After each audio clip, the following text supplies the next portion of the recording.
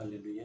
धन्यवाद परमेश्वर का, हम धन्यवाद करते हैं। परमेश्वर ने सुंदर अवसर हम लोगों को दिया, क्योंकि उसकी करुणा है, उसकी दया है, उसका प्रेम है।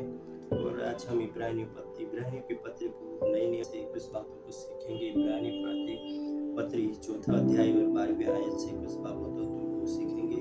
यहाँ लिखा है, परमेश्वर का वचन जीवित और प्रबल और हर एक दो धारी तलवार से भी पहुंच चुका है और प्राण और आत्मा को और गांठ गांठ और गुदे गुदे को अलग करके आर पार से देता है और मन की भावना और विचारों को जांचता है। ये 12वीं जो आयत है, 4 अध्याय, इब्रानी 4 अध्याय और 12वीं आयत में कुछ बातों को हम सीखेंगे। वहाँ पे परमेश्वर चार बातों को हमें सिखाता है। पहले हम सीखते हैं कि वो दो धारी तलवार से अधिक तीक्ष्ण है। तलवार से अधिक तीक्ष्ण है। जहाँ तक तलवार पहुंचती है उससे भी बढ़कर परमेश्वर का वचन है, वो उससे आगे पहुंच सकता है। पहली बात को हम सीखेंगे कि परमेश्वर का वचन है सत्य और न्याय में इतना तेज सटीक है कि यह किसी भी भौतिक यानी जगत में जो हथियार है उससे अधिक गहराई तक वो पहुंच सकता है। और उसका मतलब है कि परमेश्वर हमारे बाहरी जीवन को ही नहीं बल्कि हृदय और आत्मा तक पहुंचता है। इतना गहराई तक वो पहुंच सकता है। इसीलिए लिखा है कि दो धारी तलवार से भी अधिक तीक्ष्ण है। दूसरे पॉइंट को हम देखते हैं, प्राण और आत्मा को अलग करना। ये प्राण और आत्मा को अलग करना यह बताता है कि परमेश्वर का वचन आत्मा और शरीर के बीच में गहरे भेद को उजागर कर सकता है। जहाँ मनुष्य नहीं पहुंच सकता वहाँ परमेश्वर का वचन इतनी सटीक से गहराई तक पहुंच सकता है कि जो हमारे शरीर और आत्मा के बीच का जो गहराई है उसके अंदर जाके वो हमारे भेदों को प्रकट कर सकता है। इसका मतलब ये हमारे मन और आत्मा और जीवन की जो वास्तविक परिस्थिति है, हम कौन सी परिस्थिति में जी रहे हैं उसे वो प्रकट करता है। मन और आत्मा और जीवन की जो बीच की गहराई है उसे वो वास्तविक जीवन को वो प्रकट कर सकता है। और तीसरी बात को हम सीखते हैं, वहाँ पे यूँ लिखा है, गांठ और गुदे को अलग करना। गांठ और गुदे को अलग करना ये मतलब है शरीर की गहराई का प्रतीक है। जैसे तलवार हमारे शरीर के उस भागों तक अंशों तक जा सकता है, हमारे शरीर को भेज सकता है, पर परमेश्वर का वचन वैसा नहीं है। वो परमेश्वर का वचन ऐसा है कि हमारे आंतरिक जीवन में छुपे हुए भेदों, विचारों, भावों और इच्छाओं को वो प्रकट कर सकता है।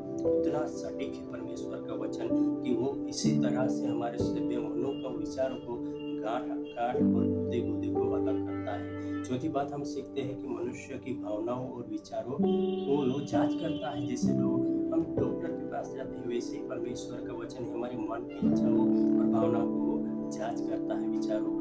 तो इसमें ये सिखाता है कि परमेश्वर का वचन हमारे मन में जो छिपे हुए इरादा हो, कुछ भावनाओं हो, कुछ इच्छा हो, उसको सबको परख लेता है। हम दूसरे से छुपा सकते हैं, हमारे कुटुंबीजन हो, परिवार हो, मित्र हो, फ्रेंड्स हो, उनसे सब हम छिपा सकते हैं, लेकिन परमेश्वर और उनके वचन से कुछ छिपा नहीं है। हमने सीखा कि पहली पॉइंट सीखा, दो धारी तलवार से भी वो अधिक है। उसका मतलब है कि जो परमेश्वर हमारी जो बाहरी जीवन है, उस बाहरी जीवन को और हृदय और आत्मा को वो पहुंच सकता है, ऐसा वचन हमें सिखाता है। दूसरी बात हमने सीखा, प्राण और आत्मा को अलग करना। ये हमारे मन और आत्मा को जीवन की वास्तविक स्थिति को प्रकट कर सकता है। चाहे हम मनुष्य को दिखा सकते हैं आत्मिक से जी रहे हैं, पर परमेश्वर का वचन ऐसा नहीं है। वो हमारे मन और आत्मा और जीवन की जो वास्तविक परिस्थिति, कौन सी परिस्थिति में जी रहे हैं, वो भी प्रकट कर सकता है।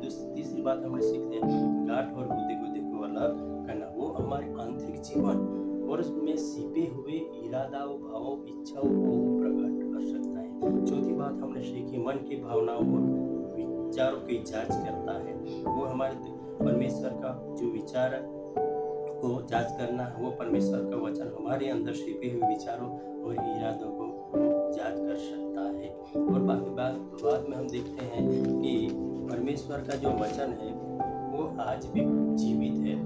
यह आज भी कार्य करता है। इसका कार्य कभी तक ठप नहीं हुआ। 2025 वर्ष पूरा हुआ, पर भी अभी भी परमेश्वर का वचन हमारे जीवन में ये प्रबल वचन है, वो पाप और अंधकार को तोड़ सकता है।